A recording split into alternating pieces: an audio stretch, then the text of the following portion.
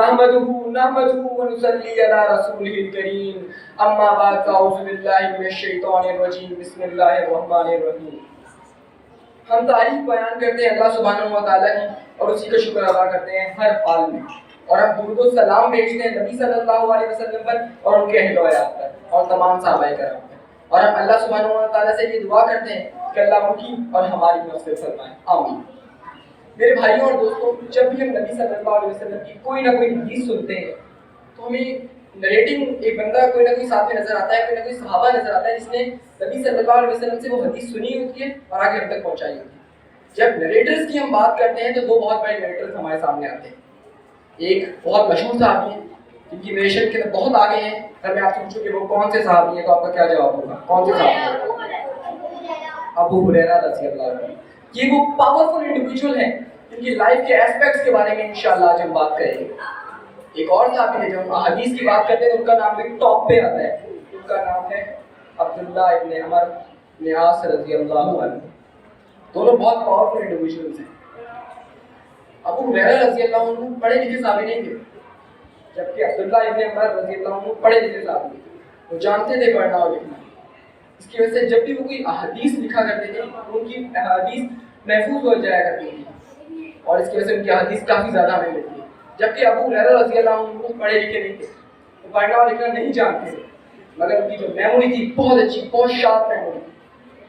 اس کی وجہ سے ان کو ایک لقب ملتا ہے سید الحفاظ, the master of the memorizer. ان لوگوں کے سردار جن کی بیسٹ میموری ہے وہ ہے ابو ہریرہ. ایک اور ان کو لقب ملتا ہے حافظ الاسلام, the memorizer of اسلام. وہ شخص جس نے پورا اسلام حفظ کیا ہو, ابو ہریرہ. اتنی اچھی ان کی میموری تھی. ان کے پاس اپروکسیمیٹلی 6000 اسٹوڈنٹس تھے, 800 اسٹوڈنٹس تھے ان کے پاس. وہ 800 اسٹوڈنٹس ان کے پاس تھے. ہمارے لیے صرف ایک فگر ہے 800, مگر اتنے سادہ مجمع کے اندر 800 اسٹوڈنٹس ہونا بہت بڑی بات ہوتی ہے.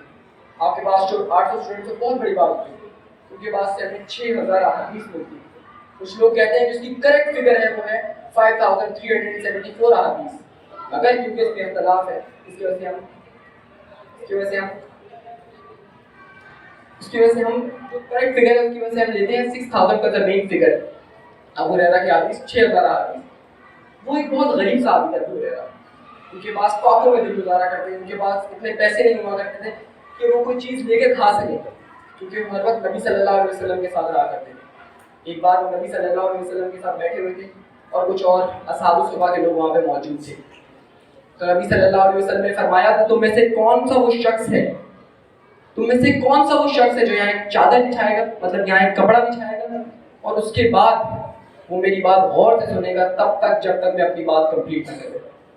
ابو ہریرہ رضی اللہ عنہ نے اپنا ہاتھ اٹھایا اور وہ وہاں گئے, اپنا کپڑا وہاں بچھایا اور نبی صلی اللہ علیہ وسلم کی بات کو بہت غور سے سنا انہوں نے.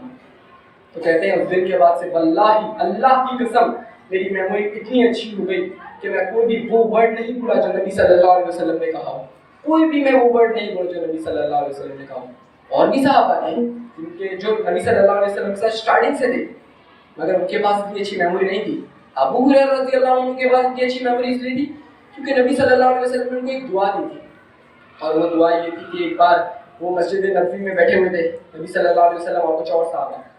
تو صحابہ ایک ایک کر کے کوئی نہ کوئی دعا مانگ رہے تھے, تو نبی صلی اللہ علیہ وسلم کی دعا پر آمین کہہ رہے تھے. جب ابو ہریرہ رضی اللہ عنہ کی باری آئی تو انہوں نے اپنی دعا شروع کی. سبحان اللہ, دیکھیں کتنی اچھی دعا مانگی, یا اللہ مجھے ایسا علم دے جو مجھے پہلے نہ آتا ہو. اور رسول صلی اللہ علیہ وسلم نے کہا آمین.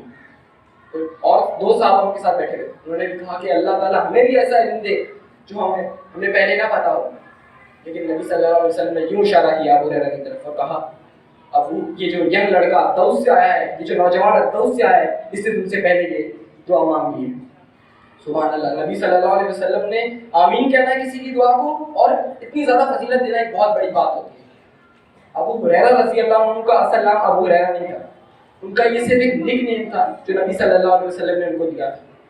ان کا اصل نام کے پیچھے پوری اسٹوری ہے, اور اسٹوری یہ ہے کہ جب ابو ہریرہ رضی اللہ عنہ پیدا ہوئے تو ان کے والد الصخر نے ان کا نام رکھا عبد الشمس, the worshipper of sun, سورج کی عبادت کرنے والا.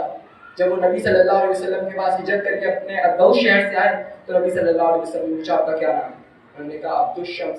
نبی صلی اللہ علیہ وسلم نے فرمایا بل انت عبد الرحمن, بلکہ تم رحمان کے بندے ہو، تم اللہ کے بندے ہو، تم سب سے زیادہ رحم کرنے والے کے بندے ہو۔ سبحان اللہ، اس طرح ان کا نام آیا ابو ہریرہ کا۔ اصل نام عبد الرحمن الدوسی، عبد الرحمن ابن صخر یہ بھی کہا جاتا ہے کیونکہ ان کے والد کا نام الصخر تھا۔ اب بات یہ آتی ہے کہ انہوں نے اسلام کیسے قبول کیا۔ میں یہ نہیں پتا کہ انہوں نے اسلام کیسے قبول کیا۔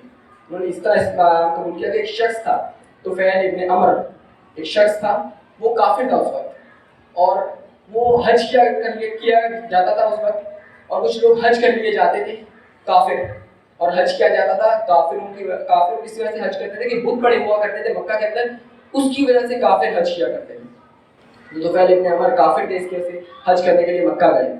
جب مکہ گئے تو رسول صلی اللہ علیہ وسلم بھی وہاں پہ موجود تھے۔ اس وقت نبی صلی اللہ علیہ وسلم نے ہجرت نہیں کی تھی، نبی صلی اللہ علیہ وسلم مکہ میں ہی موجود تھے اس وقت۔ تو طفیل ابن عمر جب وہاں پہ پہنچے تو مکہ کے کچھ جو بڑے بڑے سردار تھے وہ ان کے پاس چلے گئے، طفیل ابن عمر کے پاس چلے گئے اور ان کو جا کے بولا کہ آپ بہت اچھے انسان ہیں، بہت نوبل انسان ہیں، ہمارے درمیان میں ایک شخص ہے، اس کا نام ہے محمد الرسول اللہ صلی اللہ علیہ وسلم۔ وہ کہتا ہے کہ ایک اللہ کو مانو، میں تمہارا سچا نبی، اور جو میں یہ میسج دے رہا ہوں یہ آپ کو سچ کا میسج ہے، اور یہ جو تم عبادت کر رہے ہو اتنے زیادہ آئیڈلس کی، ان کو مت کرو، چھوڑ دو اس عبادت کو۔ تو انہوں نے اس طرح ابو ہریرہ کو سمجھایا اور نبی صلی اللہ علیہ وسلم کے پاس بھیجا۔ جب ابو ہریرہ رضی اللہ عنہ نبی صلی اللہ علیہ وسلم کے پاس گئے تو انہوں نے جا کے وہی سب کچھ کہا جو قریش نے ان سے کہا تھا۔ تو نبی صلی اللہ علیہ وسلم پہلے تو چپ رہے، اس کے بعد نبی صلی اللہ علیہ وسلم نے ان کے سامنے کچھ قرآن کی آیات پڑھی۔ تو ابو طفیل ابن عمر تھے، وہ بالکل حیران ہو گئے، بالکل حیران و پریشان ہو گئے۔ انہوں نے کہا یہ سچ اور حق ہے، اور آپ اس چیز کی وجہ سے اپنی طرف ہمیں بلا رہے ہیں تو میں اس بات کی گواہی دیتا ہوں کہ آپ کا میسج سچ اور حق کا میسج ہے۔ اور اسی طرح انہوں نے اسلام قبول کیا، طفیل ابن عمر نے اسلام قبول کیا، اور وہ دوس شہر کے تھے، اسی شہر کے جس کے ابو ہریرہ رضی اللہ عنہ تھے۔ تو طفیل ابن عمر گئے اور اپنے شہر کے اندر جا کے انہوں نے تبلیغ کا کام شروع کیا، اپنے شہر کے اندر ادوس کے اندر تبلیغ کا کام شروع کیا، اور لوگوں کو اسلام کی طرف بلانا شروع کر دیا۔ وہاں اسٹارٹنگ میں کسی نے بھی اسلام قبول نہیں کیا، کسی نے بھی اسلام قبول کیا، اور صرف دو لوگوں کے علاوہ، ایک ابا طفیل کے والد، اور دوسرا ایک ینگ لڑکا جس کا نام تھا ابو ہریرہ رضی اللہ عنہ۔ سبحان اللہ، اتنے اچھے طریقے سے انہوں نے اسلام قبول کیا۔ اگر ہم کے قد و کاٹ کی بات کریں تو ابو ہریرہ رضی اللہ عنہ بہت لمبے چوڑے سے آدمی، بہت لمبی، ان کی ہائٹ کافی زیادہ تھی، اور ان کے جو کمپلیکشن تھا، جو کلر تھا، وہ بہت ڈارک کلر تھا، سیاہ رنگ والے تھے۔ ان کے جو یہ کندھے ہیں ان کے درمیان زیادہ گیپ تھا، چوڑے کندھوں والے، براڈ شولڈر جسے ہم کہتے ہیں، براڈ شولڈر تھے۔ ان کے جو دو آگے والے دانت ہیں ان کے درمیان میں تھوڑا سا گیپ تھا۔ اور اب بات یہ آتی ہے کہ انہوں نے اسلام قبول تو کر لیا تھا طفیل ابن عمر کے ذریعے، مگر نبی صلی اللہ علیہ وسلم سے وہ کب اور کیسے ملے؟ تو نبی صلی اللہ علیہ وسلم سے وہ ایسے ملے کہ ایک بار جب وہ ہجرت کے بعد ادوس شہر میں رہتے تھے، جب وہ مدینہ آئے ہجرت کر کے 7 ہجری کے اندر آئے، اور جنگ خیبر کے فوراً بعد سے آئے۔ تو وہاں پر جب آئے تو بہت غریب صاحب تھے، جیسے کہ میں نے آپ کو پہلے بتایا ہے، بہت غریب صاحب تھے، فاقوں میں دن گزارا کرتے تھے، ان کے پاس اتنے پیسے نہیں ہوا کرتے تھے کہ وہ کچھ لے کے کھا سکیں۔ کیوں؟ کیونکہ اللہ اور اس کے نبی کے لیے وہ سب کچھ چھوڑ کے آ چکے تھے۔ اللہ اور اس کے نبی کے لیے انہوں نے اپنی مال دولت جو حکمرانی کی سب کچھ چھوڑ دیا تھا۔ اور جو یونیکنیس، خاص بات ان صحابیوں کی یہ ہے کہ اللہ اور اس کے نبی کے لیے ان کو کچھ چھوڑنا پڑتا تو وہ چھوڑ دیا کرتے۔ ان کو اس بات کی پرواہ نہیں ہوتی تھی کہ ان کے پاس کتنا مال ہے، کتنی دولت ہے، کتنا بڑا رتبہ ہے، وہ اس بات کی فکر نہیں کرتے تھے۔ آج ہم اپنے آپ کو دیکھیں کہ کیا ہم اللہ اور اس کے نبی کے لیے یہ چھوٹی چھوٹی قربانیاں دے سکتے ہیں؟ کیا ہم اس وقت جب موبائل استعمال کر رہے ہوتے ہیں اس کو چھوڑ کر جب اذان ہوتی ہے، جب جاتے ہیں اذان کی طرف، نماز کی طرف ہم جاتے ہیں؟ نہیں۔ جب میچ چل رہا ہوتا ہے کرکٹ کا تو ہم میں سے کتنے لوگ اذان کی طرف جاتے ہیں؟ کون کون جاتا ہے؟ جواب ہے ہم میں سے کوئی بھی نہیں جاتا۔ کیوں؟ کیونکہ نہ ہم صحابہ جیسے تھے اور نہ ہم صحابہ جیسے ہیں، اور ہم صحابہ جیسے بنیں گے بھی کیسے؟ آج ہمارے رول ماڈل، افسوس کی بات ہے کہ صحابہ نہیں ہیں، آج ہمارے رول ماڈل تو کافر ہو گئے ہیں جنہوں نے آج ہمیں ان جیسا بنا دیا ہے۔ بس آج ہمیں اپنے ایمان کے اوپر غور کرنے کی ضرورت ہے کہ ہمارا ایمان کیسا ہے، ہمیں اپنے آپ کو جوڑنے کی ضرورت ہے، دیکھنے کی ضرورت ہے کہ ہم اب کیا تھے اور ہم کیا بن گئے ہیں۔ اللہ سبحانہ و تعالیٰ سے بس یہی درخواست ہے، یہی دعا ہے میری کہ اللہ ہم سب کو سیدھے راستے پر لے آئے، ہم سب کے اندر جو یہ فتنوں کا دور ہے ان سے ہمیں گزار دے اللہ، اور ہمیں سیدھے راستے پر دین پر لانے والا بنا دے۔ ھذا وباللہ التوفیق، جزاک اللہ خیر۔